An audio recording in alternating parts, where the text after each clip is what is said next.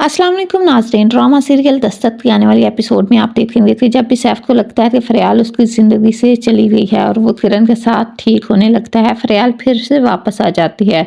तो दूसरी तरफ किरण को जब ये एहसास होने लगता है कि सैफ बदल गया है, अब वो उसका ख्याल रखने लगा है, तो दूसरे ही लम्हे सैफ उससे लड़ने लग जाता है। किरण सैफ को समझ ही नहीं पा रही। सैफ फ़रियाल की कॉल आ जाने से इतना ज़्यादा डिस्टर्ब हो जाता है कि उसे किरण सबसे ज़्यादा बुरी लगने लग जाती है। उसको लगता है कि इसकी वजह से फ़रियाल उसके साथ नहीं है, लेकिन अगले ही लम्हे सैफ किरण से अपने रवैये की माफ़ी भी मांग लेता है कि उसे गुस्से में कुछ समझ नहीं आई।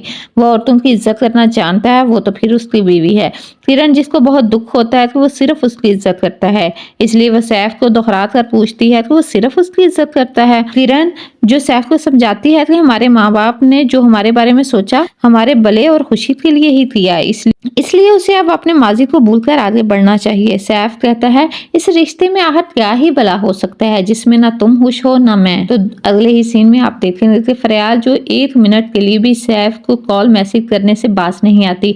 सैफ जो उसे बारहा मना कर चुका है कि वो उसे कॉल ना किया करे, वो ऑफिस में होता है, लेकिन फ़रियाल कहाँ किसी की सुनती है। फ़रियाल सैफ को कॉल करती है तो सैफ जिसका फोन अपने बाप के ऑफिस में रह जाता है, वो फ़रियाल की कॉल अटेंड कर लेती हैं। यहाँ पर फ़रियाल जो उसे जता रही होती है कि वो तो बहुत ज्यादा खुश हो रहा होगा कि इतना सब होने के बाद भी वो उसे कॉल कर रही है। यहाँ पर सैफ का बाप उसे कहता है कि वो सैफ नहीं बल्कि शकील उसका बाप बोल रहा है। ये बात सुनने की देर थी कि फ़रियाल फौरन ही कॉल कट कर देती है। इतनी देर में सैफ आ जाता है। सैफ जब ऑफिस में आता है तो उसका बाप कहता है कि वो उसे कितना समझा रहा है लेकिन वो बात क्यों नहीं आ रहा, बजाय इसे कि वो उसके मशवरों पर अमल करे, वो उल्टा उस लड़की के जाल में फंसते ही जा रहा है। यहाँ पर सैफ एक दफा फिर से झूठ बोलता है और कहता है कि उस लड़की के साथ अब उसका कोई तल्लक नहीं। वो ही उसे बार बार कॉल करती है, लेकिन यहाँ पर सैफ एक दफा फिर से अपने बाप के साथ झूठ बोलता है क्योंकि वो अपने बाप से बहुत प्यार करता है। वो नहीं चाहता कि उसका बाप किसी किस्म की भी कोई टेंशन ले।